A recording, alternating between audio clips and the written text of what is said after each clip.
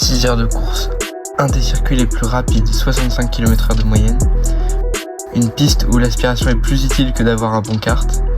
C'est notre prochaine course le 14 mars 2026. Alors on s'y prépare comme il se doit. Dans un premier temps, on débriefe du roulage à essai. Globalement, on avait des erreurs dans les trajectoires puisque c'était notre première fois sur la piste, telles que le manque de rouler sur les bandes de grip et un vibreur à bien prendre. Faut le prendre le tout petit rebord, sinon il ralentit le kart. Ensuite, on a fait des entraînements au départ. À essai, on commencera debout et qu'un pourra tenir le kart pour le maintenir en place et discrètement pousser. Donc 6 prennent le volant et les 6 autres tiennent le kart.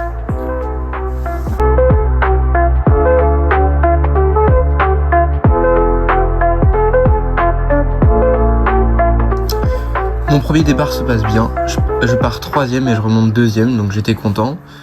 Jusqu'à ce que le patron vienne me voir pour me dire « Si on était en course, tu te serais déjà pris 3 pénalités à cause des contacts. »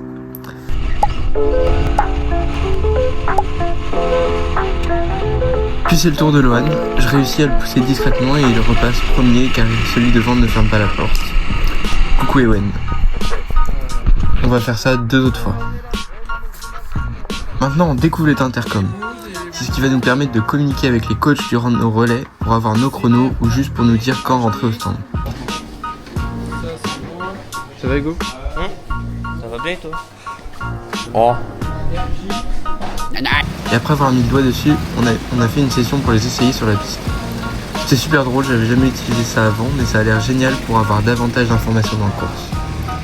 J'ai donc roulé avec Lohan pour les tester entre nous pendant 10 minutes. On a pu se transmettre les endroits où on avait du mal et aussi se donner des infos sur les gens derrière, ou même se laisser passer de temps en temps.